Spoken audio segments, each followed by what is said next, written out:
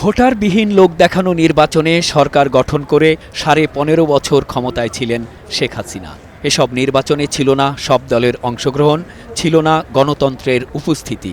একতরফা নির্বাচনে বছরের পর বছর সরকার গঠন ও পরিচালনায় খ্যাতি লাভ করেন স্বৈরাচারী সরকারের। শিক্ষার্থীদের কোটা বাতিলের আন্দোলন একসময় রূপ নেয় এক দফায় সরকার পতন আন্দোলনে। শুরু হয় জুলাই আন্দোলন। শেখ হাসিনার নির্দেশে এই আন্দোলন দমাতে আইনশৃঙ্খলা বাহিনী হয়ে ওঠে বেপরোয়া।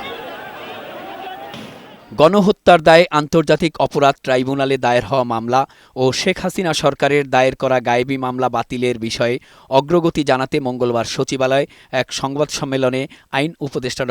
আসিফ নজরুল জানান, আন্তর্জাতিক অপরাধ ট্রাইব্যুনালে শেখ হাসিনা সহ আওয়ামী লীগের শীর্ষ নেতা ও পুলিশের বিরুদ্ধে গণহত্যার অপরাধে দায়ের হওয়া ৩ থেকে ৪টি মামলার রায় অক্টোবরের মধ্যে আমরা ৩-৪টা মামলার রায় পেতে যাচ্ছি বলে আশা করি। সাবেক প্রধানমন্ত্রী শেখ হাসিনা সহ আওয়ামী লীগের শীর্ষস্থানীয় নেতৃবৃন্দ এবং শীর্ষস্থানীয় কিছু পুলিশ এবং প্রশাসনিক কর্মকর্তা এই সমস্ত মামলায় আসামি হিসাবে রয়েছে। এক প্রশ্নের জবাবে তিনি বলেন, ভারত যদি শেখ হাসিনাকে প্রত্যাবর্তন না করে তবে এটা বাংলাদেশের সঙ্গে ভারতের যে প্রত্যাবর্তন চুক্তি সেটার সুস্পষ্ট লঙ্ঘন হবে।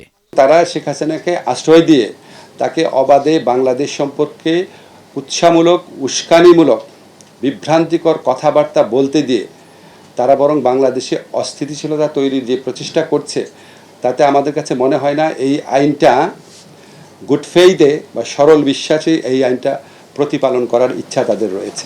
এছাড়া শেখ হাসিনার সময়ে দায়ের হওয়া ১৬,৪২৯টি গায়েবী মামলার মধ্যে ১,২১৪টি মামলা আগামী সপ্তাহের মধ্যে প্রত্যাহার করা হবে বলেও জানান এই উপদেষ্টা। মেহেদী আজাদ মাসুম, বৈশাখী সংবাদ, ঢাকা।